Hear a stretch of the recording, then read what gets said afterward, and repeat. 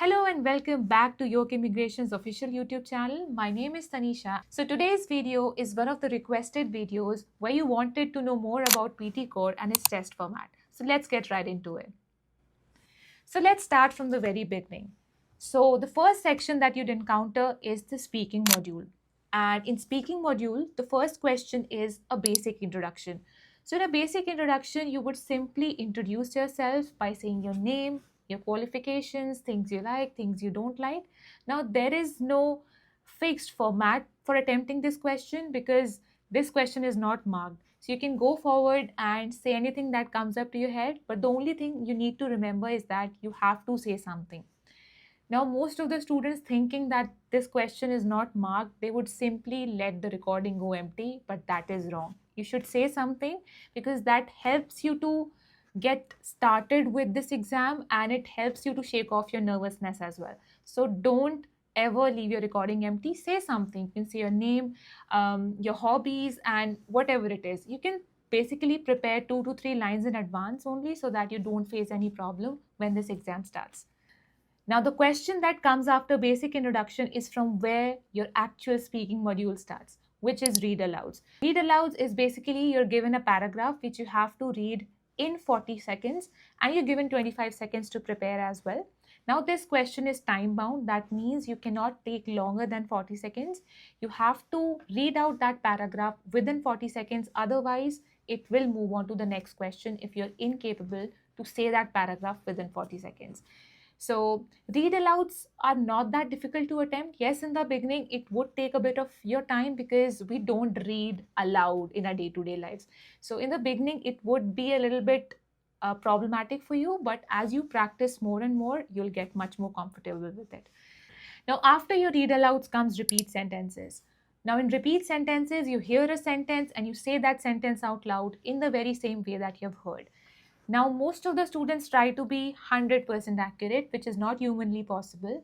Sometimes the sentences are quite long and no one can have that much of memory, short-term memory, to retain that long sentence and repeat that sentence as it is. So what I suggest is that you can start slowly and then you can pace up. First, you can focus on just first half of the sentence and try to repeat it. Then you can go forward and cover 50% of the sentence, 60% of the sentence, and you can then move forward. So repeat sentence again is one of those questions which students find challenging.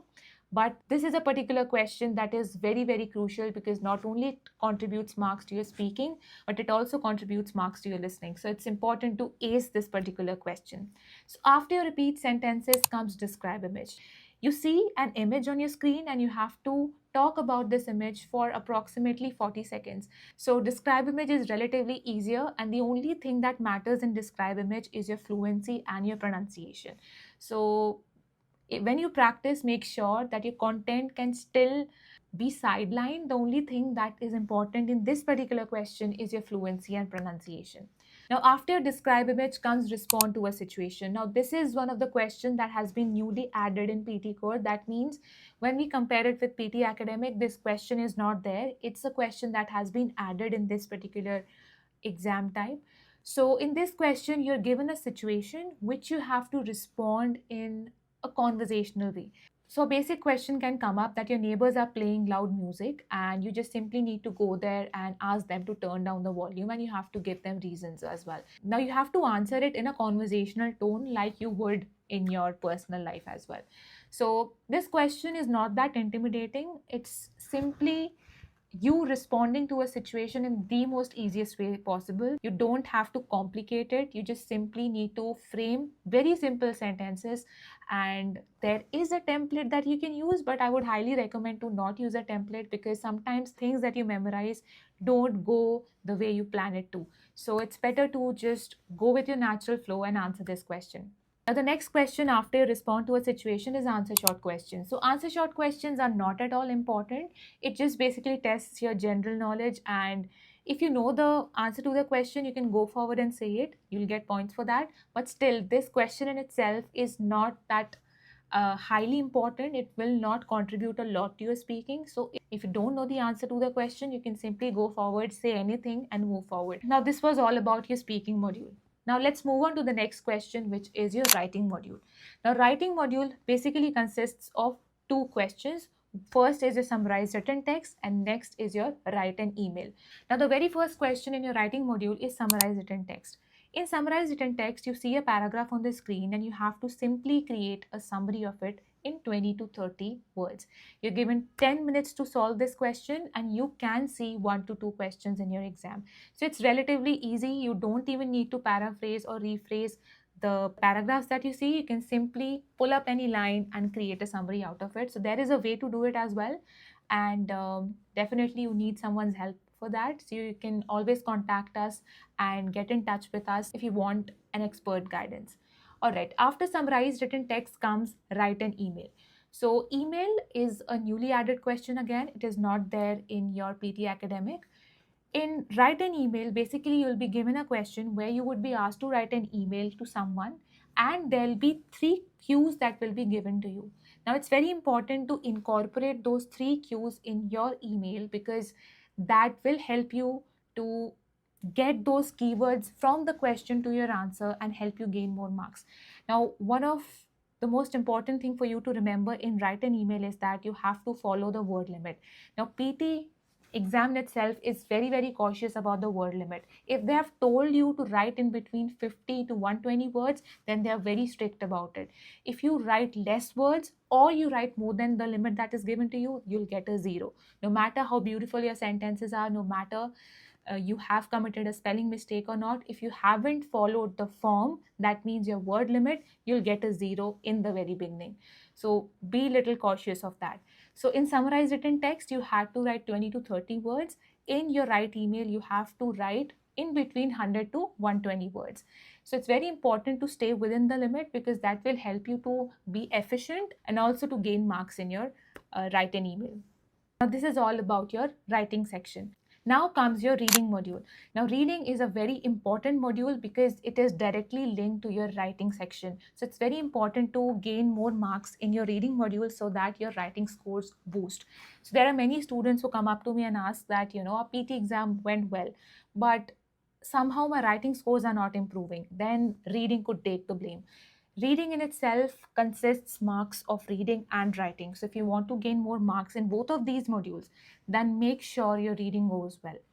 Now, the very first question in your reading is reading and writing fill in the blanks. So like the name suggests, this particular question would contribute marks to your reading as well as your writing. So it's very simple to understand. You'll be given a paragraph and there'll be certain blanks in this particular paragraph. You have to simply click the drop down box, choose the option that is suitable and hit the next button once you solve the entire paragraph.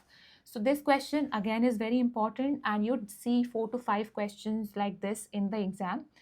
And there is no fixed limit. Many students say that why can't we have a fixed limit of questions in each of the question types? PT does not work like that. If you've got 5 questions, the person sitting next to you would have got 4 or even 3 questions. So there is no basically fixed number of questions for anyone. So it is different for different people. So for this question as well, you can see either 4 or 5 questions. After reading and writing fill in the blanks comes multiple choice, multiple response. So it's quite similar to what you see in IELTS reading, wherein there's a paragraph given and after reading that paragraph, you have to solve a multiple choice question. Now, the responses that you choose here can be more than one, but here I need to give you a caution that this question has negative marking. That means you cannot go forward and select every option that is given. Otherwise, you would invite negative marking here. So you either go with 2 options or 1 option, whichever you find is the answer.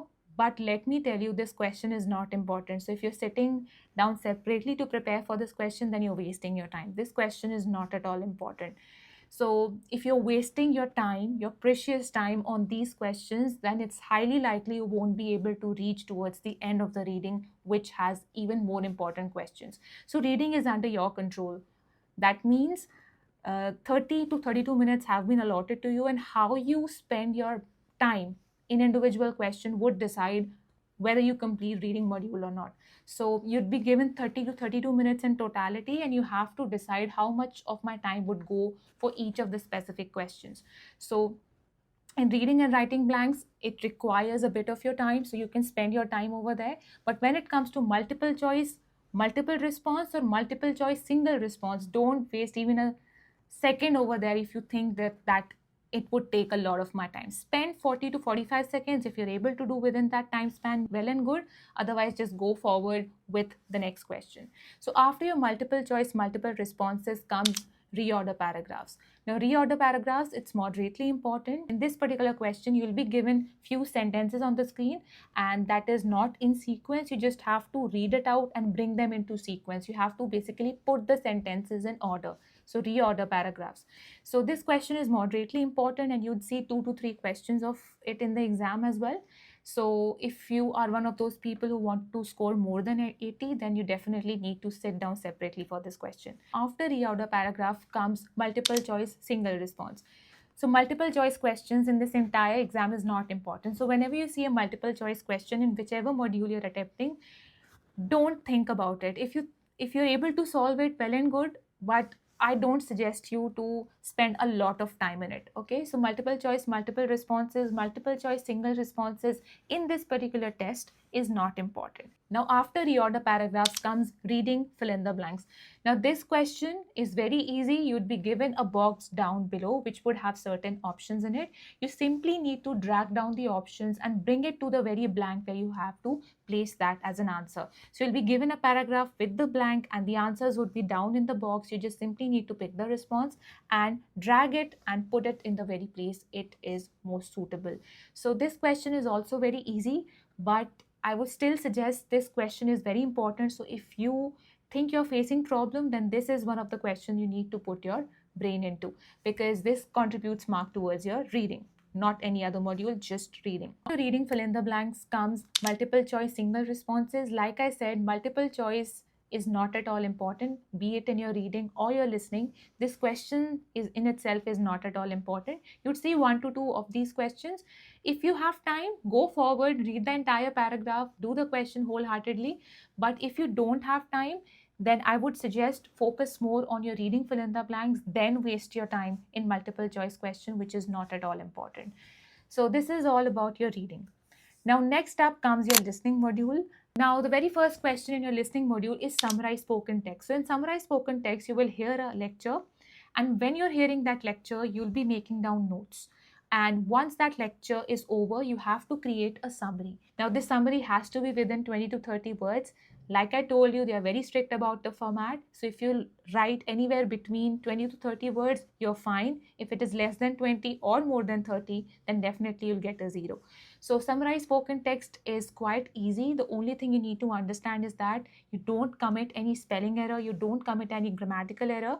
So I'd suggest try and write down the keywords while you're making notes and create very simple sentences. Don't try to use high words, high vocabulary words, or don't try to put in complex grammar sentences, because definitely if you are trying to experiment during your exam, that won't turn out to be the way you want it to. So just stick with the basics for this question as well.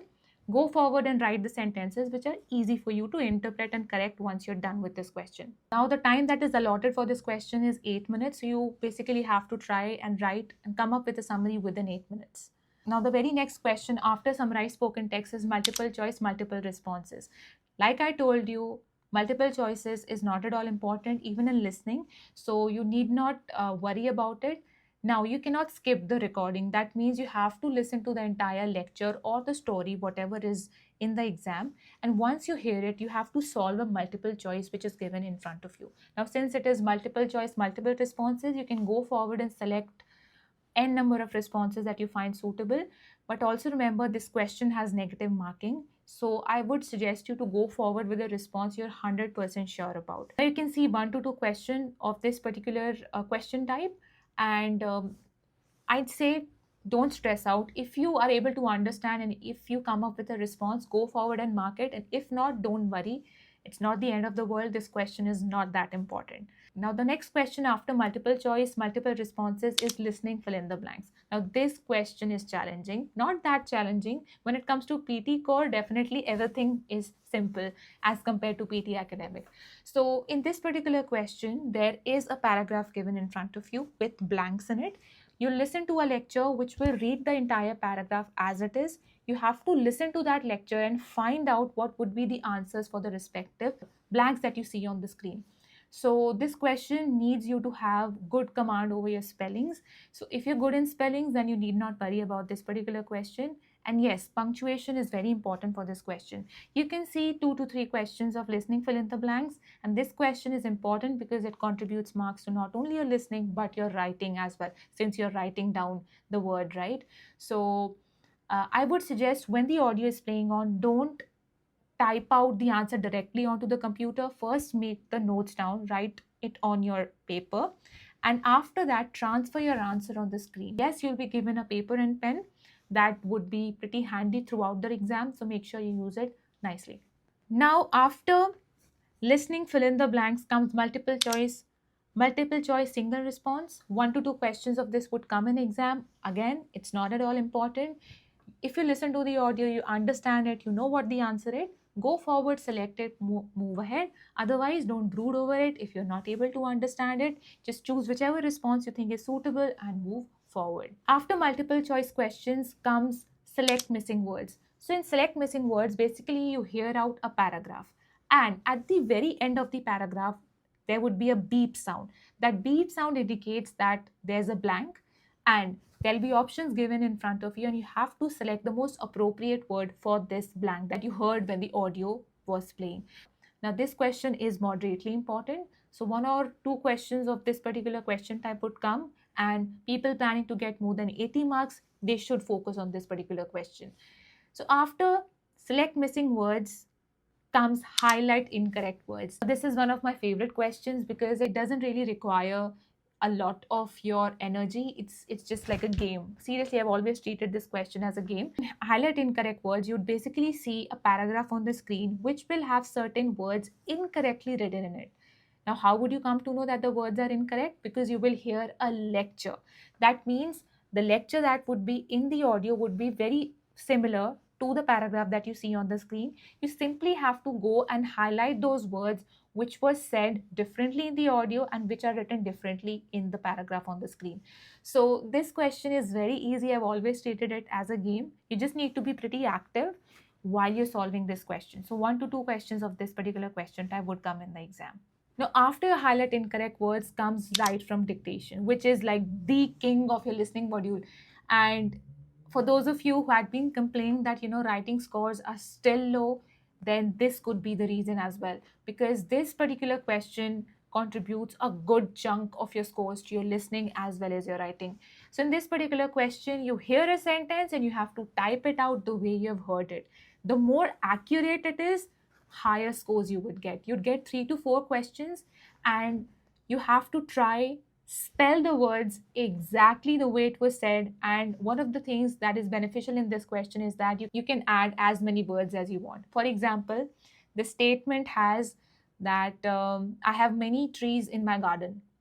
You're not sure whether in the audio they said tree or trees. You can write both the words together, and the word that is correct would be taken as correct. The incorrect word won't be negatively marked. So you can go forward and write as many words as you want. Now, listening module is partially in your hand. That means for some of the questions, you have to listen to the audio within the time that is in the system. You cannot move to the next question before you complete the audio. But for some questions, you have that power or liberty to move on quickly. That means if you waste too much of your time for, say, in listening fill in the blanks, then obviously less time would be available for write from dictation. I've seen so many students who could not even reach to write from dictation just because they wasted a lot of their time in the previous question. So it's very important that you manage your time in listening so that you can reach to the very end. I hope I was able to explain to you the test format of PTE Core. And if you need any help with the preparation, and if you want to reach out to us in order to get more tips and tricks, then you could see a number on the screen below, and also I have also put a link down there, so you can go forward and contact us. And see you in the next.